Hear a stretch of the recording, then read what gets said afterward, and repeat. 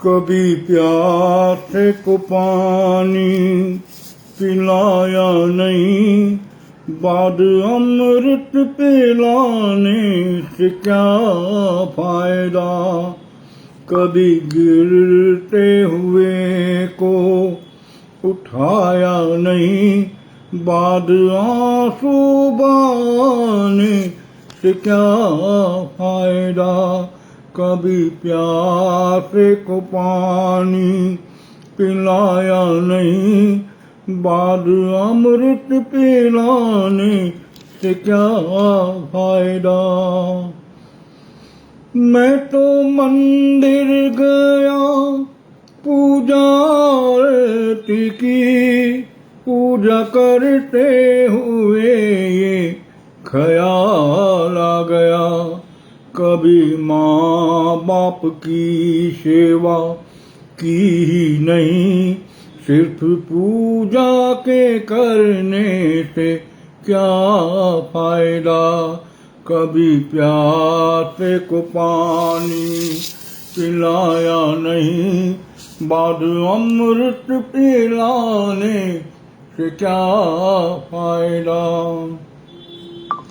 मैं तो सत्संग गया गुरुवाणी सुनी, गुरुवाणी को सुनकर ख्याल आ गया।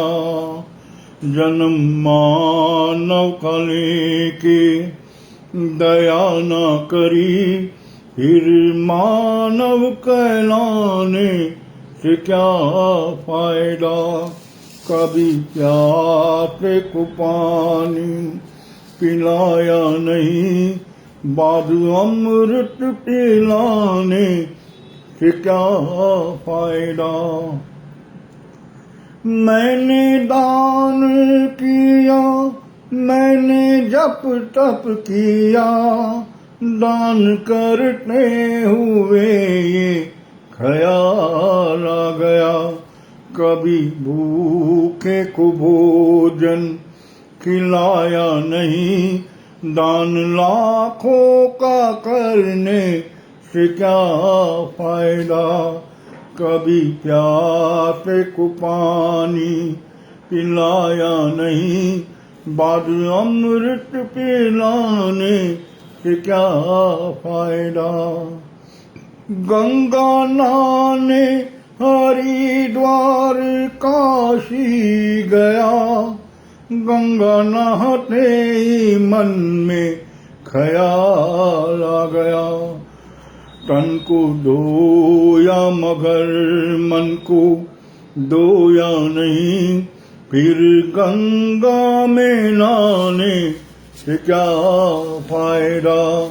कभी प्यासे को पानी पिलाया नहीं, बाद अमृत पिलाने से क्या फायदा।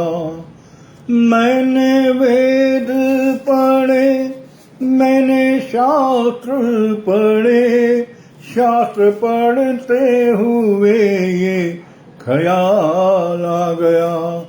मैंने ज्ञान किसी को बांटा नहीं, फिर ज्ञानी कहलाने से क्या फायदा। कभी प्यासे को पानी पिलाया नहीं, बाद अमृत पिलाने से क्या फायदा। मात पिता के चरणों में चारों धाम है, आजा आजा यही मुक्ति का धाम है।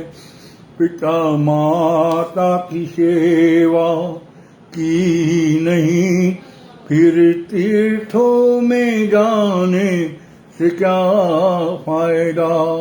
कभी प्यासे को पानी पिलाया नहीं, बाद अमृत पिलाने से क्या फायदा।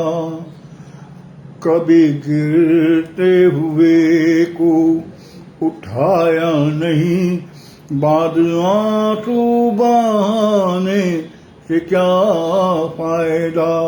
कभी माँ बाप की सेवा की ही नहीं, सिर्फ पूजा करने से क्या फायदा।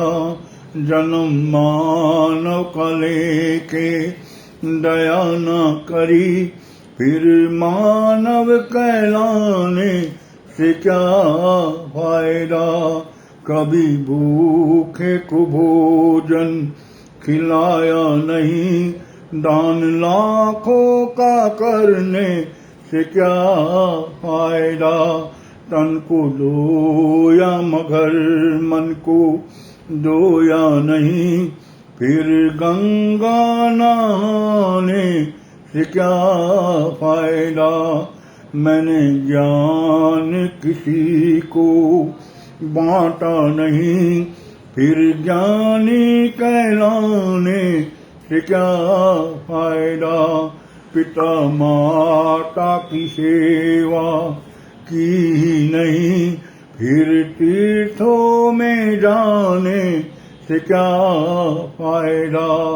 कभी प्यासे को पानी पिलाया नहीं, बाद अमृत पिलाने से क्या फायदा।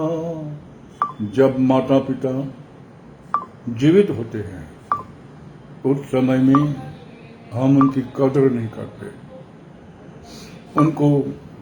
उनके अपमान करते हैं, उनको भला बुरा कहते हैं, घर से निकाल देते हैं, आश्रम में जाके छोड़ के आते हैं, बड़ा आश्रम में। लेकिन याद रखना, जैसी करनी वैसी बानी, जैसा कर्म वैसा फल। ये संसार का नियम है। इस प्रकृति को परमात्मा ने एक वरदान दे रखा है।